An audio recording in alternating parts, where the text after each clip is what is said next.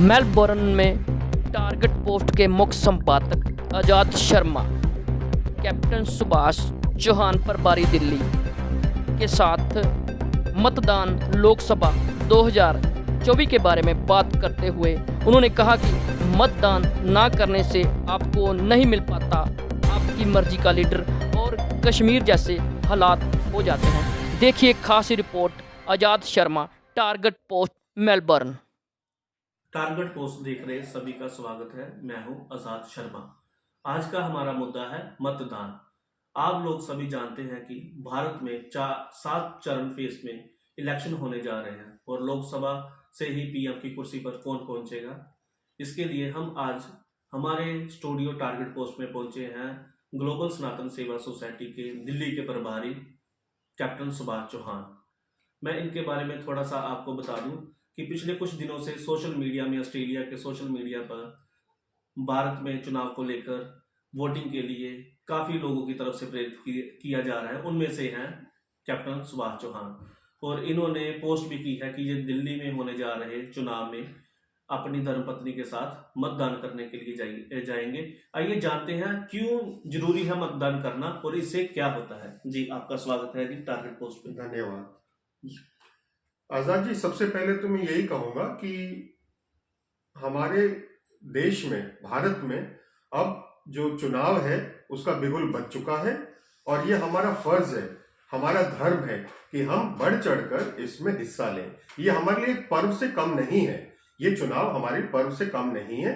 और मैं हर भारतवासी से यही अपील करूंगा कि आप अपना मत का अधिकार जरूर करें, क्योंकि इससे हमारा ही फायदा है।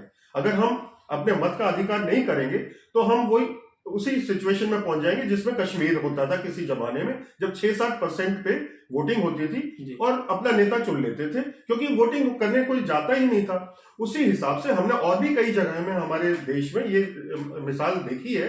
जैसे नुकसान जनरल पब्लिक का होता है, हमारे देश का ही होता है और हमारे देश की जो प्रगति है वो रुक जाती है। तो इसलिए मैं कहूंगा कि आप अपने मतदान का अधिकार हमेशा और जरूर कीजिएगा। जैसे कि आपने देखा है कि पहले चरण में वोटिंग मतदान इतना नहीं हुआ, 50-60% के भीतर ही यहीं तक ही हुआ, कहीं पर 68 हुआ, लेकिन कहीं पर बहुत ही कम हुआ। तो इसको लेकर आप क्या समझते हैं? लोगों में निराशा है सरकार के प्रति या लोग समझ नहीं पा रहे कि वोट का अधिकार क्या है? देखिए आजाद जी, इसमें 2-3 मुद्दे जरूर हो सकते हैं। निराशा तो मैं नहीं कहूंगा, लेकिन उत्साह कम है। उत्साह का कारण यह हो सकता है कि लोग परेशान हैं कि भी किस नेता को हम चुने। मेरी तो सबसे यही अपील रहेगी कि आप उस नेता को चुने, उस पार्टी को चुने जो देश के बारे में सोचता है, जो देश की सुरक्षा के बारे में सोचता है, जो देश की फौजों के बारे में, जो देश के किसानों के बारे में, जो वंचित समाज है उसके बारे में सोचता है। आप उसको जरूर जाकर मतदान कीजिएगा, क्योंकि हमें संविधान में अपना संशोधन करना पड़ेगा, क्योंकि लोग निकलते नहीं है। लोग ये सोचते हैं कि आज मतदान का दिन है, चलो छुट्टी का दिन है। ये बहुत गलत सोच है। यहाँ ऑस्ट्रेलिया में उनके ऊपर दंड लगता है अगर आप मतदान नहीं करने जाते हैं और आपने कोई वैलिड रीजन नहीं दिया तो वो उनको फाइन लगता है। लगभग मेरे ख्याल से $90 के करीब उनको फाइन लगता है। तो ये हमारे देश में जब तक नहीं होगा तब तक हम इस चीज को नहीं सुधार पाएंगे।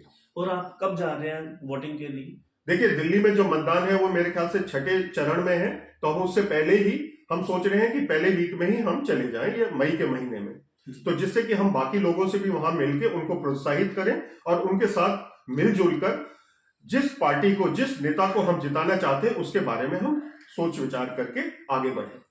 मतदान ना करने से क्या हो रहा है? जैसे आपने बताया कश्मीर है, उसके अलावा और क्या है? उन्नति में फर्क पड़ रहा है? किस तरह की उन्नति में आप देख रहे हो? कई लोगों की उन्नति तो सिर्फ उनके तक ही है। देखिए, ये बहुत बड़ा मसला है हमारे देश में और बाकी जगह में भी। हमारा देश डेमोक्रेटिक कंट्री है और ये दुनिया की सबसे बड़ी डेमोक्रेसी है हमारा देश। तो इसमें नुकसान जनरल पब्लिक का होता है, नेता का कभी कोई नुकसान नहीं होता।